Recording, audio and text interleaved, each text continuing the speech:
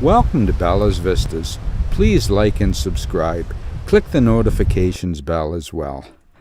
Today is going to be something of a busman's holiday for me. My friend Brian Townsend is teaching a photography class in Fundy Park. So we're sort He's of got dividing some avid students here that want to learn all about it.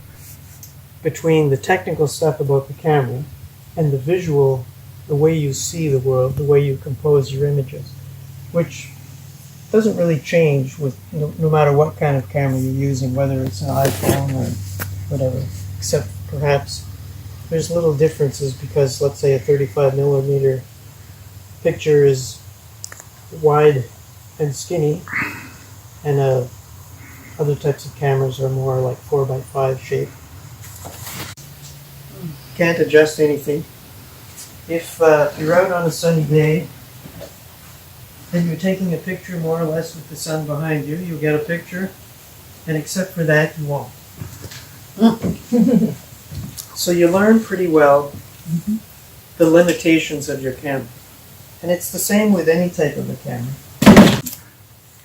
I'm going to show you a few pictures here to start with, and then I'll tell you sort of what brings them together as I go on. Brian talked about the technical aspects of photography as well as compositional and visual aspects, trying to give everyone a well-rounded approach. Okay, the only unifying thing of those pictures is that they were all made on my iPhone. And the point of that is it doesn't really matter what sort of a camera you're using. If you treat it like a real camera, even something like this. The first thing I did is I glued this block of aluminum there, which allowed me to put it on a tripod. So by treating it as a serious camera, I was able to get much better quality images from it. Certainly, between the small sensor cameras and a full-frame sensor camera, with respect to the fineness of detail, the smoothness of the tonality. But in a printed picture this size, it's not easy to tell the difference. Same thing on your computer screen.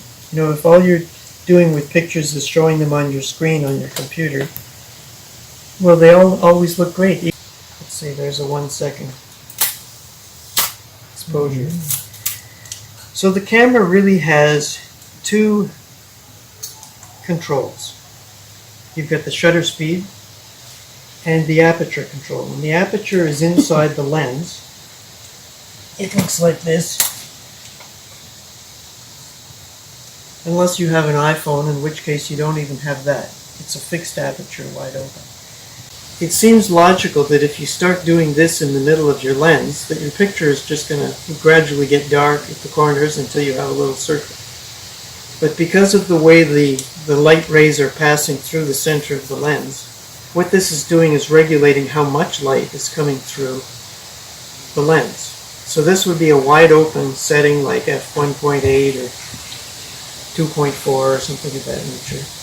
And then the smaller openings would be, let's say, f8, 11, 16, that sort of thing. So f16 is letting in a small amount of light, and f1.8 is letting in a lot of light. You had to, understand what to do with your aperture and shutter speeds, and even your focus was manual. So you couldn't just pick it up and press the button and expect to get a picture. Whereas nowadays, let's see, take out this one here. Of course, you have to turn it on. In the old days, you didn't even have to turn the camera on. It just was entirely mechanical. But I can take the camera and go like this, and without knowing anything about it, well, there, I got a picture.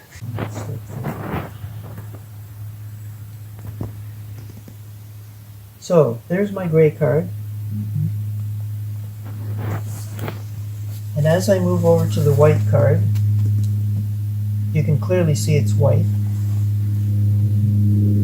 Oops. Oh, yeah. See what happens? Yeah. Yeah. It became gray. Yeah. Now let's go over and look at the black card. Here's the black card. I learned a lot of things about diffraction and things. This chart here shows the visual balance of your photograph. Now Brian's talking about the aperture and how the aperture affects the depth of field as well as sharpness due to diffraction. I didn't really understand the reason why a small f-stop causes diffraction. Now I know a lot more about it. Brian touched a little bit on HDR and on exposure compensation, how to adjust your exposure to make up for white scenes and dark scenes so that you'll get what you expect. Here Brian is doing a hands-on, showing people how the camera reacts to the subject and exposes a gray card, a white card, and a black card the same. This is a little bit of a joke here on depth of field, but here we see the f-stops and their relation to depth of field and sharpness. People were enthralled and really paid a lot of attention to everything. They had some good questions as well. Now the visual balance shows the weight of the subject in the photograph, how a heavy object on one side has to be balanced out. Brian and I went out in the field later on and we practiced some of the techniques. Brian's up on top of a hill here shooting out at the water. I'm a little lower angle here looking out at the hills of rock. There's a lot of red rock in New Brunswick. It's pretty amazing. There's a lot of this moss or seaweed, whatever exactly it is, I'm not sure, but it's pretty amazing.